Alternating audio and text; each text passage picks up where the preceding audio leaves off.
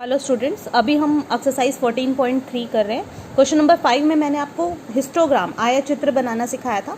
अगर इसमें आपको क्वेश्चन आता है पेपर में कि एक आयत चित्र बनाइए, एक हिस्टोग्राम बनाइए और उसके बाद उसका बारंबारता बहुभुज बनाइए, तो बारंबारता बहुभुज फ्रीक्वेंसी पॉलीगन कैसे बनाना है वो देखिए कैसे बनाएंगे। आपको क्या करना है, जितने भी ये आए ना इनके पहले मिड पॉइंट डाल दो, बीच बीच में इनके बीच में एक एक पॉइंट डाल दीजिए। ठीक है, ये आपने पॉइंट डाला बीच में, हर एक के पॉइंट डाल दिया।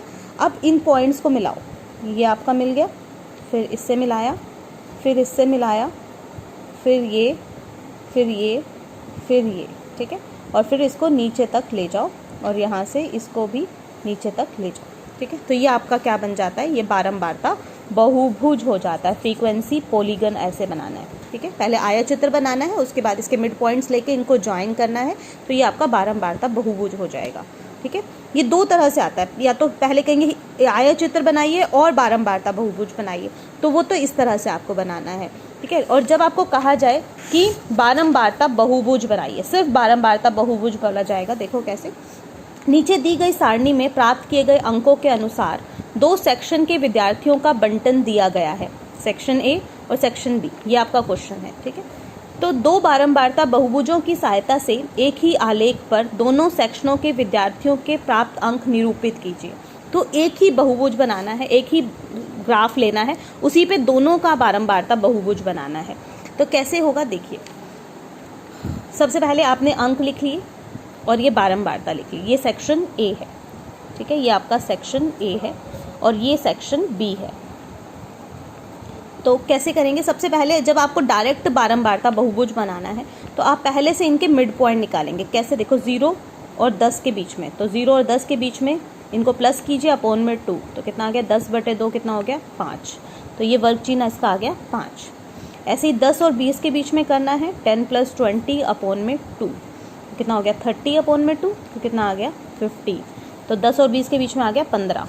ठीक है, देखो 0 और 10 के बीच में 5 आया है, 10 और 20 के बीच में 15 आया है, तो 20 और 30 के बीच में आएगा 25, ये 30 और 40 के बीच में 35 और ये आपका आ गया 45। ऐसे ही जब इसका करोगे, 0 और 10 के बीच में 5, ये 15, 25, 35 और ये 45, ये आ गया सारा। अब हमें क्या करना है, दो बहुभुज बनाएंगे। पहले ये वाली टेबल लेंगे हम, ठीक है, ये वाली टेबल लेके इसका बहुभुज बनाएंगे। कैसे, देखो वर्ग चिन्ह है 5, तो यहाँ से देखो 5 पे आपकी है 3, 5 पे 3 है, तो 5 पे आप जाएंगे 3 तक, 5 पे गए 3 तक। ठीक है, फिर हमारा नेक्स्ट है 15 पे 9, तो 15 पे 9 देखो कहाँ जा रहा है, ये 8 और 9 10, इसके 10 के बीच में जाएगा।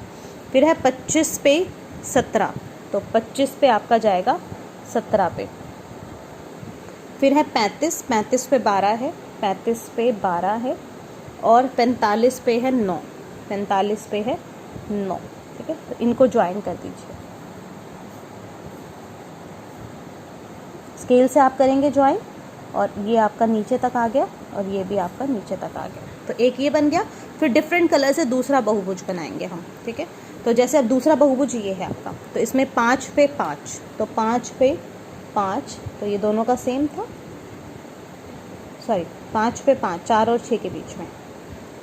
15 पे 19, 15 पे 19 जाएंगे हम, 18 और 20 के बीच में 19। फिर है 25 पे है 15, तो 25 पे 15 तक जाना है, तो 14 और 16 के बीच में आ गया। ठीक है, फिर 35 पे 10, तो 35 पे है 10, और 45 पे 1, 45 पे 1। ठीक है, तो यहाँ तक आ गए। अब ये जो पॉइंट्स हैं इनको ज्वाइन कीजिए, ये, फिर ये, फिर नेक्स्ट है आपका ये, और इसको यहीं तक छोड़ दीजिए, और ये भी आपका यहीं तक। तो ये आपका ब्लू वाला जो हो गया ये आपका सेक्शन बी का हो गया, और ये वाला जो हो गया ये आपका सेक्शन ए का हो गया। ठीक है, तो यहाँ पे आप डाल भी सकते हो कि ब्लू वाला जो है ये सेक्शन बी है, और जो ब्राउन वाला है ये ब्राउन डाल के ये आपका सेक्शन ए है। तो इस तरह से दोनों बारंबारता बहुभुज आपके बन जाएंगे। और इससे आपको निष्कर्ष निकालना है, तो क्या निकाल सकते हैं कि शुरू में तो बी सेक्शन ज़्यादा अच्छा कर रहा था, है ना, मतलब बी सेक्शन के जो कम वालों में है इसके ज़्यादा है और यहाँ पे कम है। ठीक है ना, इसके ये कम है और यहाँ पे इसके ज़्यादा हैं, ज़्यादा अंक मतलब इसमें हैं, ठीक है। तो ए सेक्शन की परफॉर्मेंस और बी की कंपेयर करें तो आपकी किसकी अच्छी परफॉर्मेंस कहेंगे?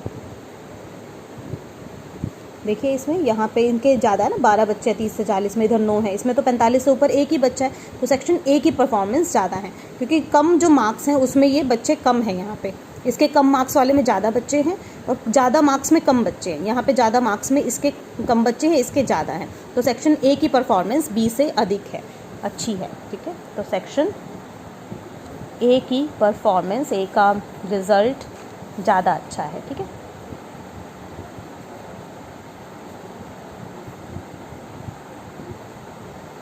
क्यों? देखो एक बार दोबारा से देखिए, 40 से 50 में इसके 9 बच्चे हैं, इसके 40 से 50 में एक ही बच्चा है, तो मैक्सिमम मार्क्स में तो कम है ना, इसके ज़्यादा बच्चे हैं।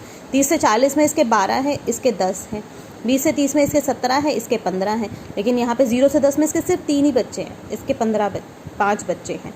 10 से 20 में इसके 9 बच्चे हैं, ठीक है, और इधर 19 बच्चे हैं। तो ए सेक्शन का रिजल्ट आप ज़्यादा अच्छा बताएंगे। Okay, done.